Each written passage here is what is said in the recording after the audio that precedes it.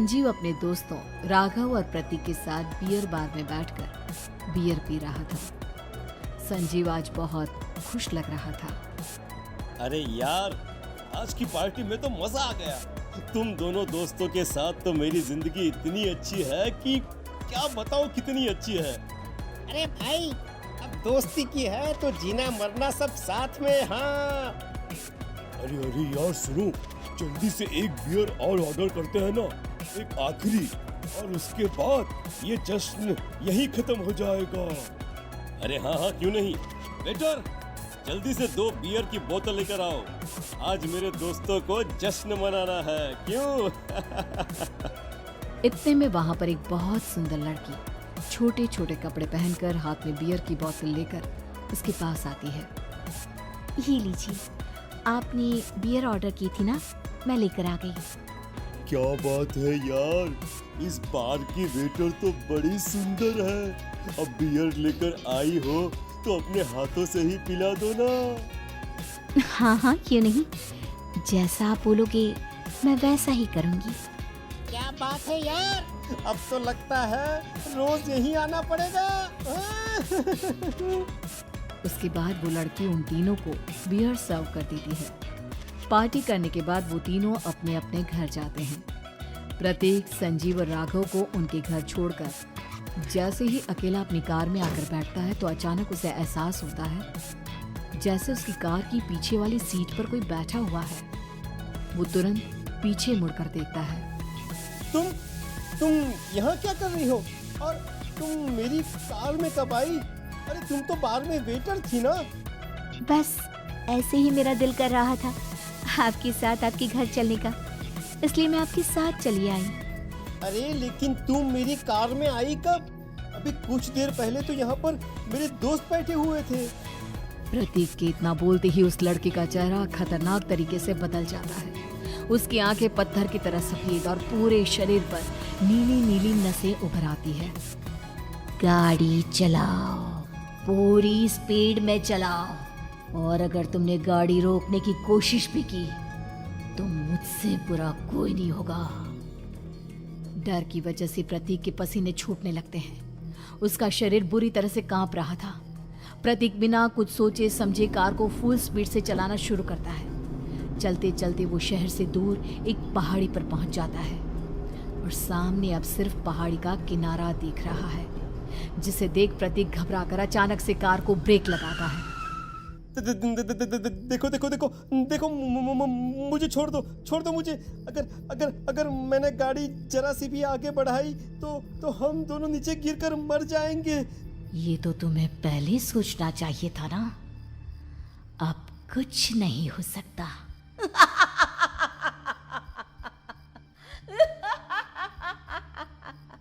छोड़ दो मुझे। नहीं, प्लीज मुझे छोड़ दो। प्लीज मुझे जाने दो। छोड़ दो मुझे। गाड़ी आगे बढ़ाओ। और तभी अचानक से बिना प्रतीक के स्टार्ट किए उनकी कार आगे बढ़ती है और गहरी खाई में गिर जाती है। उसके चीखने की आवाजें चारों तरफ सुनाई देती है।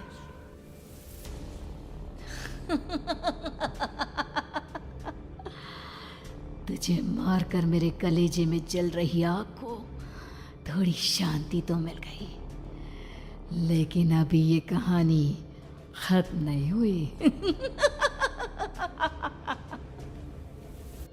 और फिर अगले दिन राघव और संजीव को पता चलता है कि प्रतीक की पहाड़ी से नीचे गिरकर मौत हो गई। अरे कल रात की तो बात है यार, हम सब बैठकर पार्टी कर रहे थे, लेकिन मेरी एक बात समझ में नहीं आ रही। राघव शहर से इतना बाहर उस पहाड़ी पर इतनी रात को क्या करने गया था? अरे यार, वही सोचकर तो मैं भी परेशान हूँ। हम दोनों को छोड़ने के बाद तो वो सीधा अपने घर जाने वाला था, और वो आत्महत्या क्यों करेगा भाई? कल रात तक वो कितना खुश था, हमारे साथ सेलिब्रेट कर रहा था। हाँ, लेकिन पुलिस ने तो यही कहा है कि प्रतीक ने अपनी कार को जानबूझकर पहाड़ी से नीचे गिरा दिया और आत्महत्या कर ली। अरे यार संजीव, मेरी तो कुछ भी समझ में नहीं आ रहा है। चल ठीक है, अब मैं अपने घर जाता हूँ। Okay, bye. राघव अपने घर में अकेला था। दोपहर का वक्त था। तभी दरवाजे की घंटी बजी। कौन है? अरे 1 मिनट रुको, अभी आता हूँ। राघव ने जैसे ही दरवाजा खोला उसने देखा कि सामने एक बहुत खूबसूरत लड़की खड़ी हुई है। कौन है आप और यहाँ किससे मिलने आई हैं? देखिए ना, बाहर बारिश शुरू हो गई थी, मेरी गाड़ी खराब हो गई है। आपका घर नजर आया तो सोचा कुछ हेल्प ले लेती हूँ। क्यों नहीं, आइए ना, आइए आइए। मेरे कपड़े पूरे भीग चुके हैं, क्या आपके पास टॉवल मिलेगा प्लीज? राघव अपने बाथरूम से एक टॉवल लाकर उस लड़की को देता है। थैंक यू सो मच, अब मैं चलती हूँ। अरे इतनी क्या जल्दी है? आप चाहे तो बारिश रुकने तक यहाँ पर रुक सकती हैं। हाँ। लड़की ने पलटकर राघव की तरफ देखा। नहीं, मुझे जाना होगा, मेरा काम बाकी है। और वो वहां से चली गई। उस लड़की के जाने के बाद राघव अपने बाथरूम में नहाने के लिए गया और जैसे ही उसने बाथरूम में देखा तो उसका टॉवल वहीं पर लटका हुआ था। उसने टॉवल हाथ में लिया तो देखा कि उसका पूरा टॉवल खून के धब्बों से सना हुआ है। अरे अरे ये क्या?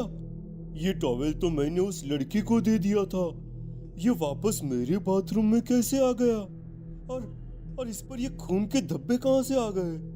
राघव ने आईने में देखा तो उसकी गर्दन पर एक बड़ा सा चाकू का कट लगा हुआ था जिससे खून बह रहा था, जिसे देख राघव के होश उड़ गए।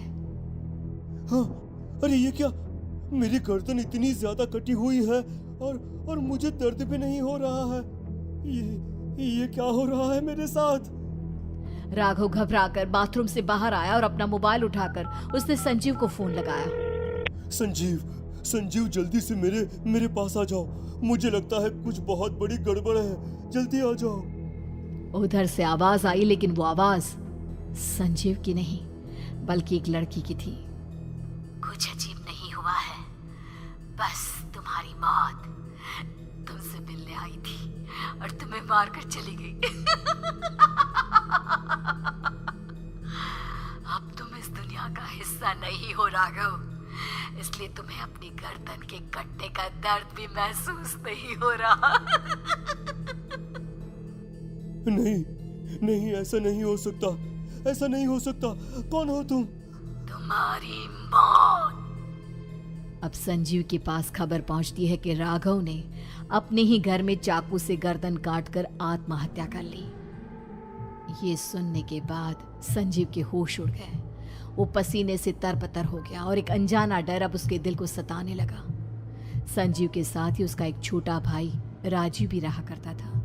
अपने भाई को इस तरह परेशान देखकर राजीव उसके पास आया। अरे भैया, क्या हुआ भैया? आप इतने घबराए हुए क्यों लग रहे हैं? प्रतीक और राघव की मौत, मेरा मतलब मेरी कुछ समझ में नहीं आ रहा भाई। अचानक से मेरे दोनों दोस्तों ने आत्महत्या क्यों कर ली? अरे वो तो मेरी भी समझ में नहीं आ रहा है भैया। हाँ, हो सकता है कि कोई परेशानी होगी और इसीलिए उन्होंने ऐसा किया होगा। हाँ, लेकिन दोनों की जिंदगी में एक साथ परेशानी और दोनों का इतनी खतरनाक तरीके से आत्महत्या करना, कहीं ऐसा तो नहीं मैं भी मर जाऊंगा? अरे आप ऐसी बातें क्यों कर रहे हैं भैया? वैसे ही मैं इतना परेशान हूँ। जब से अंजलि ने मेरा साथ छोड़ा है तब से सब कुछ बहुत अजीब सा हो गया है। रोज रात को डरावने सपने आते हैं। ऐसा लगता है जैसे अंजलि बार बार मेरे सपनों में आकर मुझे डराने की कोशिश करती है। अंजलि का नाम सुनते ही संजीव की आंखें फट गई और उसके गले में आवाज अटक गई। उसके चेहरे पर घबराहट साफ नजर आ रही थी। कौन थी वो लड़की जिसने प्रतीक और राघव को आत्महत्या की आड़ में मौत की घाट उतार दिया? और कौन थी अंजलि जो बार बार राजीव के सपनों में आकर उसे डरा रही थी? अंजलि का नाम सुनकर संजीव इतना घबरा क्यों गया? इन सवालों के जवाब जानने के लिए देखिए इस खतरनाक कहानी का अगला भाग।